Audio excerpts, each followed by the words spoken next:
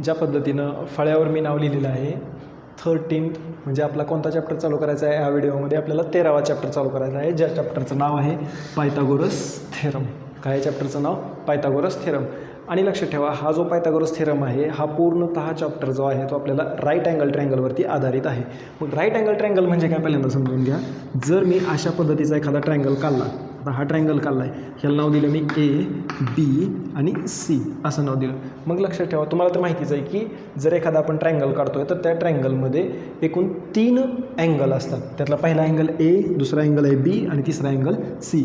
मग ह्या 3 अँगलपैकी कोणत्याही एका अँगलचं माप म्हणजे ह्या असू द्या, या असू द्या आणि ह्या असू द्या, कोणत्याही एका कोणाचं जर माप अँगलचं माप 90 डिग्री असेल तर आपण त्याला काय म्हणतो? Right angled triangle. मग ह्यामध्ये बी हा जो आहे ह्या कोणाचं माप किती आहे? 90 डिग्री आहे. म्हणून हा जो ट्रायंगल आहे ट्रायंगल ए बी सी हा काय झाला? Right angled triangle. मग अशा पद्धतीनं अजून आपल्याला उदाहरणं बघता येतील की राईट अँगल ट्रायंगलची काय आहेत, आणखी पण उदाहरणं बघता येतील की आता बघा कोणतीही पद्धतीचा असू शकतो. असाही आता ह्या ठिकाणी राईट अँगल ट्रायंगलच आहे 90 डिग्री झाला, किंवा असं जरी काढलं तरीसुद्धा ह्या ठिकाणी सुद्धा काय झालेलं आहे? 90 डिग्रीचं झालेला आहे. मग कोणत्याही प्रकारचा असू शकतो राईट अँगल ट्रायंगल हा कसाही काढू शकता तुम्ही. मग असाही असू शकतो राईट अँगल ट्रायंगल. ही जी आहेत ही वेगवेगळी एक्झाम्पल कशाची दाखवली आहेत? राईट अँगल्ड ट्रायंगलची आहेत. मग आता काय ओळखायचं आहे आपल्याला? जर हा राईट अँगल ट्रायंगल असेल, हा बघा, जर हा राईट अँगल ट्रायंगल असेल तर तुम्हाला ओळखायचं आहे काय? ह्यामध्ये हायपोटेनियस जो आहे तो हायपोटेनियस कोणता आहे? मग आता बघा ज्या ठिकाणी तुम्हाला एक सांगतो मी, लक्षात ठेवा, ज्या ठिकाणी 90 डिग्री झालेला आहे, ज्या ठिकाणी 90 डिग्रीचा अँगल झाला आहे त्याच्या एकदम अपोजिट साईड म्हणजे त्याच्याबरोबर समोर असणारी साईड जी आहे तिला आपण हायपोटेनियस म्हणतो. मग ह्या ठिकाणी 90 डिग्री झालेलं आहे, ह्या ठिकाणी 90 डिग्री झाले तर ह्याच्या अपोजिटला कोणती साईड आहे? समोर असणारी कोणती साईड आहे? तर ही आहे साईड ए सी. मग साईड ए सी हा काय झाला? त्याचा हायपोटेनियस झाला. ह्या ट्रायंगलचा हायपोटेनियस कोणता? तर साईड ए सी हा हायपोटेनियस झाला. पहिल्यांदा पायथागोरस थेरम शिकायच्या अगोदर हे शिकणं गरजेचं आहे की तुम्हाला ओळखता आलं पाहिजे हायपोटेनियस कोणता आहे आणि राहिलेल्या 2 साईड्स कोणत्या आहेत. मग आता बघा हा तर हायपोटेनियस झाला, त्याला लगेच आपण लिहू इथं काय आहे? हा हायपोटेनियस. मग ही आहे ती हिला काय म्हणू आपण? साईड आहे. आणि ही सुद्धा काय आली? साईड आहे. मग हिला साईड 1 म्हणू आणि हिला साईड 2 म्हणू. हायपोटेनियस साईड 1 आणि साईड 2. मग आता इथं बघू 90 डिग्री कुठं झाले? ह्या ठिकाणी झाले. मग जर हे 90 डिग्री झालं तर ह्याच्या अपोजिटला असणारी साईड, ह्याच्या अपोजिटला असणारी साईड म्हणजे ही काय झाली? त्याची हायपोटेनियस, बरोबर. आणि ही आहे ती हिला काय म्हणणार आपण? साईड 1 आणि ही आहे ती साईड 2. त्याच पद्धतीनं इथं बघूया. आता इथं 90 डिग्री झालं आहे, मग ह्या ठिकाणी 90 डिग्री झालं असेल तर ह्याच्या अपोजिटला ही आहे म्हणजे हा काय झाला? त्याचा हायपोटेनियस झाला. आणि ह्यामध्ये साईड 1 आणि ही आहे ती साईड 2. आता एक गोष्ट लक्षात ठेवा, काही जणांनी काय केलं? ह्याला साईड 2 म्हटलं आणि ह्याला साईड 1 म्हटलं तरी काहीही हरकत नाही. तसंच इथं बघा ह्या ट्रायंगलमध्ये ह्या ठिकाणी ट्रायंगल आहे आणि ह्याला अपोजिट असणारी ही म्हणजे हा काय झाला? त्याचा हायपोटेनियस. ज्या ठिकाणी 90 डिग्री झालं आहे त्याच्या अपोजिटला जी साईड आहे तिला काय म्हणतो आपण? हायपोटेनियस. आणि ही आहे ती हिला साईड 1 आणि ही आहे ती तिला साईड 2. आलं लक्षात? म्हणजे तुम्हाला महत्त्वाचं ओळखता काय आलं पाहिजे की जो ट्रायंगल आहे त्यामध्ये हायपोटेनियस कोणता आहे आणि साईड 1 कोणती आहे, साईड 2 कोणती आहे. मग आता बघा एवढं तरी झालं. आता पुढं काय करू आपण? नेमकं पायथागोरसचा थेरम कोणता आहे ते बघूया आपण. पायथागोरसचा थेरम कोणता आहे? काय सांगतो पायथागोरसचा थेरम? तर बघा एक आकृती काढतो मी राईट अँगल ट्रायंगलची मगासारखी, बरोबर. राईट अँगल ट्रायंगल काढला, ह्याला नाव दिलं मी ए बी आणि सी. हायपोटेनियस तर माहिती आहे तुम्हाला, हायपोटेनियस कोणता असणार? ए सी असणार. मग आता ही बेस आहे म्हणजे पाय आहे, हा त्रिकोणाचा काय आहे? पाय आहे. मग ह्याला आपण काय म्हणूया? बेस म्हणूया. आणि ही उंची आहे त्रिकोणाची म्हणजे ज्याला आपण साईड 1 आणि साईड 2 म्हणत होतो का, त्याला खालच्याला काय म्हणायचं असतं? बेस. आणि ही आहे त्याला काय म्हणणार? हाईट. बेस आणि हाईट, बरोबर. आणि हा काय झाला? त्याचा हायपोटेनियस आहे तो हायपोटेनियस. मग पायथागोरसचा थेरम काय सांगतं? जर तुम्ही राईट अँगल ट्रायंगलमध्ये हायपोटेनियसचा स्क्वेअर केला, कोणाचा? हायपोटेनियसचा स्क्वेअर केला आणि उरलेल्या ज्या 2 बाजू आहेत म्हणजे कोण? बेस आणि हाईट, ह्या दोघांच्या स्क्वेअरची बेरीज येते. हायपोटेनियसचा स्क्वेअर कोणा एवढा असतो? तर base square plus height square. हे झालं पायथागोरसचं थेरम. हेच आहे आपलं पायथागोरस. आणि पायथागोरस कोण होते तर पायथागोरस एक गणिततज्ञ होते. पायथागोरस जे आपण म्हणतो पायथागोरस हे एका व्यक्तीचं नाव आहे. पायथागोरस या व्यक्तीचं नाव आहे. ते ग्रीक देशात होऊन गेले. त्यांचं नाव होतं. त्यांनी ह्या सूत्राचा शोध लावला. Hypotenuse square is equal to base square plus height square. ह्यांनी काय केलं त्या सूत्राचा शोध लावलेला आहे. त्यामुळं त्यांच्या नावानुसार आपण काय केलं आहे त्यांना हे जे सूत्र त्यांनी शोधलं आहे त्यामुळं आपण काय करतो ह्या सूत्राला पायथागोरस थेरम असं म्हणतो. मग hypotenuse square is equal to base square plus height square. लक्षात ठेवा हे सूत्र आहे. आणि ह्याच सूत्रावरून काय केले काही गणितं आपल्याला दिलेली आहेत ह्या सूत्राचा वापर करून. आता बघा गणितं कशी आहेत. सूत्र लक्षात असलं पाहिजे तुमच्या. सूत्र मी एका बाजूला लिहून ठेवतो. तरी पण कोणतं सूत्र होतं आपलं तर ह्या ठिकाणी hypotenuse square is equal to base square plus height square. आता काही ठिकाणी काय होतं hypotenuse square is equal to base म्हणायच्या ऐवजी साईड 1 म्हणतील आणि ह्याला काय म्हणतील साईड 2. तरीसुद्धा उत्तर बरोबर आहे. म्हणजे सूत्र कसं असेल hypotenuse square is equal to side 1 square plus side 2 square असं जरी म्हटलं तरीसुद्धा उत्तर काय येणार आहे बरोबर येणार आहे. आता प्रॅक्टिस सेटमध्ये बघा प्रॅक्टिस सेट 48 जो आहे प्रॅक्टिस सेट 48मध्ये जो प्रश्न पहिला दिलेला आहे का पहिला प्रश्न त्यामध्ये काय म्हणलं आहे in the figures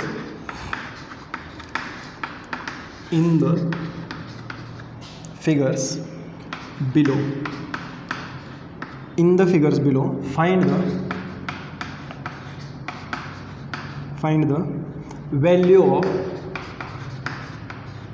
find the value of x. आणि पहिली आकृती ह्या पद्धतीने दिलेली अशी दिलेली आहे पहिली आकृती. ह्याला नाव आपण दिले यल दिलेलं आहे इथं यम दिलेलं आहे आणि इकडं यन दिले. इथं आहे ते 7 लिहिलेलं आहे त्यांनी आणि इकडं 24 दिले आणि ह्या ठिकाणी एक्स दिले. मग आता ह्याचं उत्तर काढायचं कसं.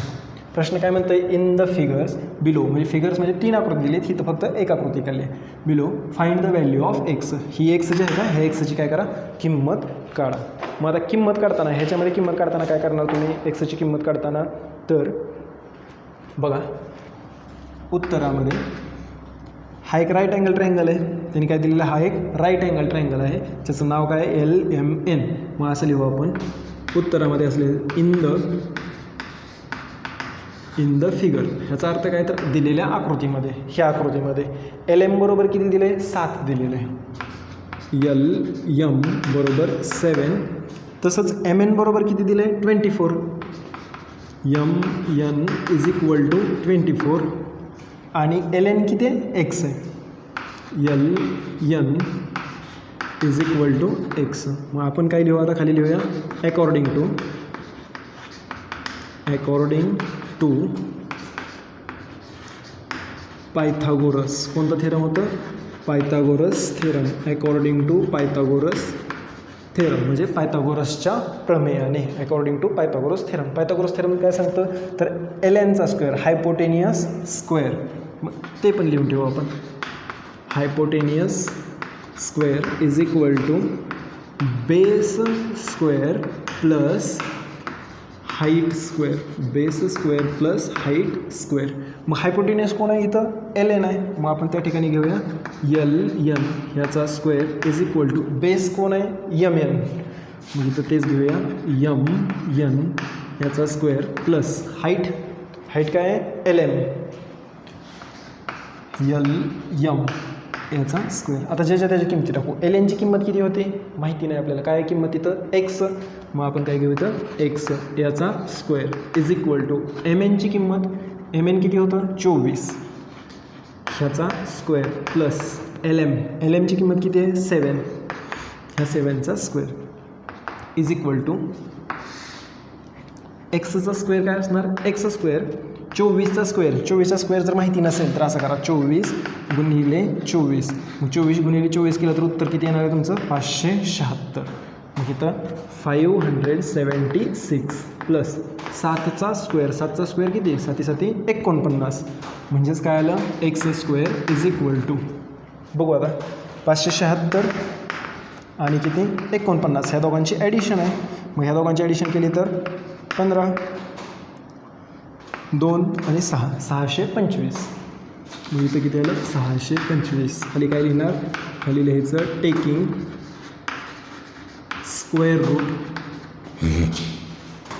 Square root of both side, taking square root of both sides, दोन्ही बाजूचं स्क्वेअर रूट घेऊ. ह्याचं स्क्वेअर रूट घेतलं तर किती असणार आहे, एक्स असणार. आणि 625चं स्क्वेअर रूट किती आहे, 625चं स्क्वेअर रूट काढलं तर किती येतं, 25.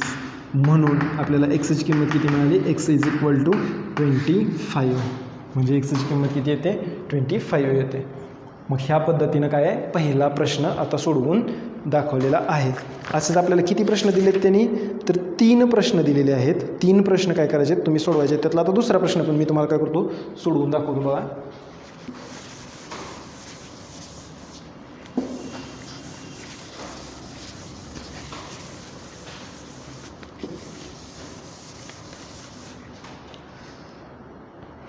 दुसरा प्रश्न बघा. दुसऱ्या प्रश्नाची आकृती जरा अशी थोडी त्यांनी काय केलेली, वेगळी दिलेली आहे.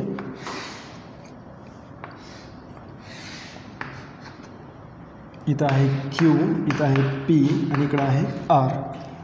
या ठिकाणी 90 डिग्री झालेलं आहे. इथं एक्स आहे, इथं 41 आणि इकडं 9 असं दिलं आहे. किंमत कशाची काढायची, एक्सची किंमत काढायची आहे. मग काय सांगितल्या पद्धतीने काय करणार तुम्ही, उत्तरामध्ये काय लिहायचं, इन द फिगर. आता आकृतीमध्ये काय पी क्यू किती दिला आहे, 9 दिलेला आहे. P Q is equal to 9. P R किती दिला आहे, 41.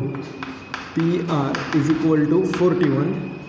आणि क्यू आर काय दिलं आहे, क्यू आर माहिती नाही आपल्याला. क्यू आर किती दिलेलं आहे, Q R is equal to x. मग आपण लगेच खाली मागाशी काय लिहिलं होतं, according to the Pythagoras theorem. According to the Pythagoras theorem. मग आता मी ते पण लिहू, ठीक आहे. पायथागोरस थेरम काय सांगतं, पायथागोरस थेरम सांगतं हायपोटेनियसचा square is equal to base square plus दुसरं काय लिहायचं आहे, हाईट स्क्वेअर. बेस स्क्वेअर आणि हाईट स्क्वेअर. मग हायपोटेनियस ह्या कृतीत तुम्हाला सांगितलं होतं, हायपोटेनियस म्हणजे हा त्याचा काय झाला, हायपोटेनियस पी आर स्क्वेअर. मग इथं मी लिहिणार आहे पी आर स्क्वेअर बरोबर बेस स्क्वेअर. आता base square Q P, base square Q P ह्याचा square plus height Q R ह्याचा स्क्वेअर. मग किमती घेऊ आपण. किमती पी आरची किंमत किती आहे, 41 square is equal to Q P किंवा पी क्यू, त्याची किंमत किती आहे, 9 याचा square plus Q R square माहिती नाही म्हणून त्याला काय घेतले, एक्स दिलेलं आहे, एक्सचा स्क्वेअर. मग 41चा स्क्वेअर करताना तुम्ही त्याच संख्येला गुणाकार करायचा आहे. 41 × 41, 1 1 जा 1, 1 4 जा 4, 0. आता 4 मल्टिप्लाय, 4 1 जा 4, 4 4 जा 16, 1 4 4 8 6 1. म्हणजे उत्तर किती येतं आहे, 1681 इज इक्वल टू 9चा स्क्वेअर किती, 81 प्लस एक्स स्क्वेअरला एक्स स्क्वेअर. मगाच्यापेक्षा थोडंसं हे गणित काय वेगळं आहे. आता हे प्लस 81 होतं ते आपण इकडल्या बाजूला घेऊया, मायनस होईल ते 1681 minus 81 is equal to x square. मग ह्या दोघांची वजाबाकी केली तर 1600 इज इक्वल टू, ह्या दोघांतनं वजाबाकी केली तर 1600 is equal to x square. मग इथं काय लिहायचं, बाय टेकिंग स्क्वेअर रूट, ह्याचं स्क्वेअर रूट घेतलं तर किती येणार आहे, 40 इज इक्वल टू एक्स स्क्वेअरचं एक्स म्हणजे in sense X is equal to 40. एक्सची किंमत किती आली, 40 आले. मग असंच बघा आपल्याला जो प्रॅक्टिस सेट आहे, प्रॅक्टिस सेट 48 जो आहे, ते प्रॅक्टिस सेट 48मध्ये पहिलं, दुसरं आणि तिसरं ह्यात सेम अशी 3 गणित दिले. मग त्यातलं पहिलं आणि दुसरं तर आता मी तुम्हाला सोडवून दाखवले. तिसरं गणित तुम्ही सोडवायचं आहे आणि दुसरं आणि तिसरं ही जी 2 गणित आहेत ती 2 गणितं एकाच पद्धतीची आहेत. मग तुम्ही फक्त काय करायचं, प्रॅक्टिस सेट 48मधलं पहिलं क्वेश्चन त्यातले 3 सब क्वेश्चन सोडवायचे आहेत आणि माझ्या नंबरवरती फोटो काढून पाठवायचा आहे. Okay, thank you.